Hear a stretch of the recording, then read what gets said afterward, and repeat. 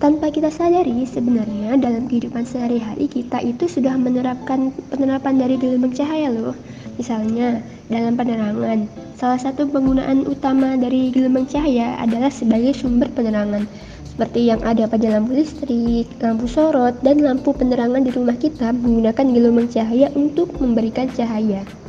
Tanpa gelombang cahaya, kita tidak akan dapat melihat dan beraktivitas dengan baik di malam hari. Salah satu penerapan yang kedua itu ada komunikasi. Gelombang cahaya juga merupakan bagian penting dari teknologi komunikasi. Cahaya tampak dan gelombang inframerah digunakan dalam teknologi serat optik untuk mentransmisikan data dalam bentuk cahaya melalui serat kaca. Ini memungkinkan kita untuk memiliki internet cepat, telepon seluler, dan sistem komunikasi lainnya yang sangat andal. Dalam tubuh kita, gelombang cahaya dapat dilihat dari penglihatan.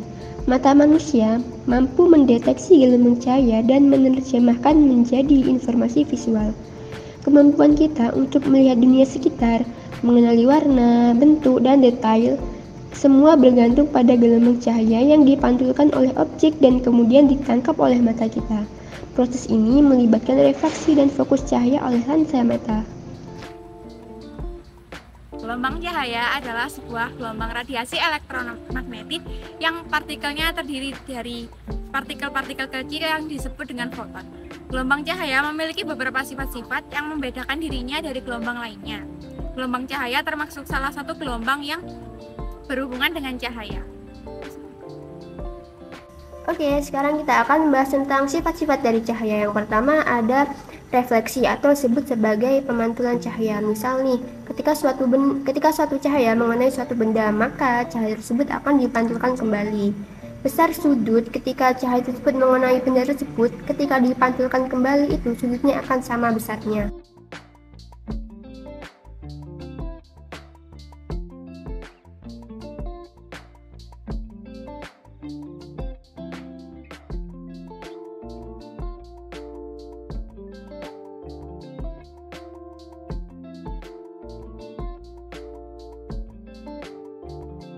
Yang kedua ada refraksi atau disebut sebagai pembiasan. Misal nih, ada suatu cahaya mengenai kaca prisma, maka cahaya tersebut akan dibiaskan karena terjadi perbedaan medium. Yang pertama, medium berupa udara, yang kedua ada perbedaan medium dari kaca prisma tersebut.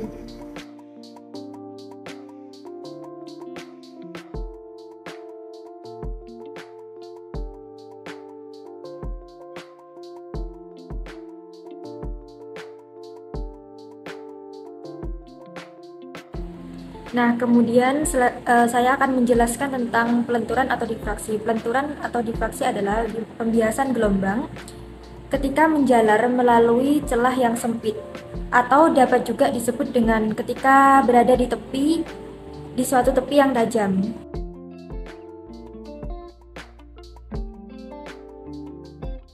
Yang kelima adalah dispersi. Dispersi merupakan pemisahan cahaya tampak menjadi cahaya dengan warna yang berbeda. Sifat cahaya dispersi ini terjadi pada peristiwa terbentuknya pelangi setelah hujan.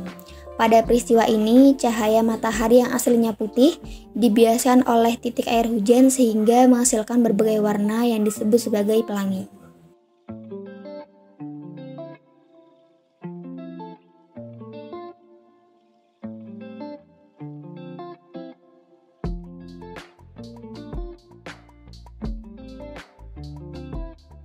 Yang terakhir adalah polarisasi cahaya.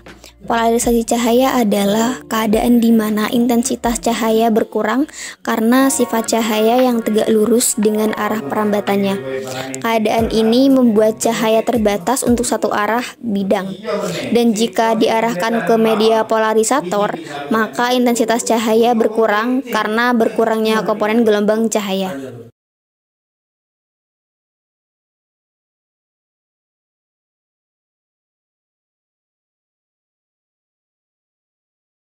Thanks for watching.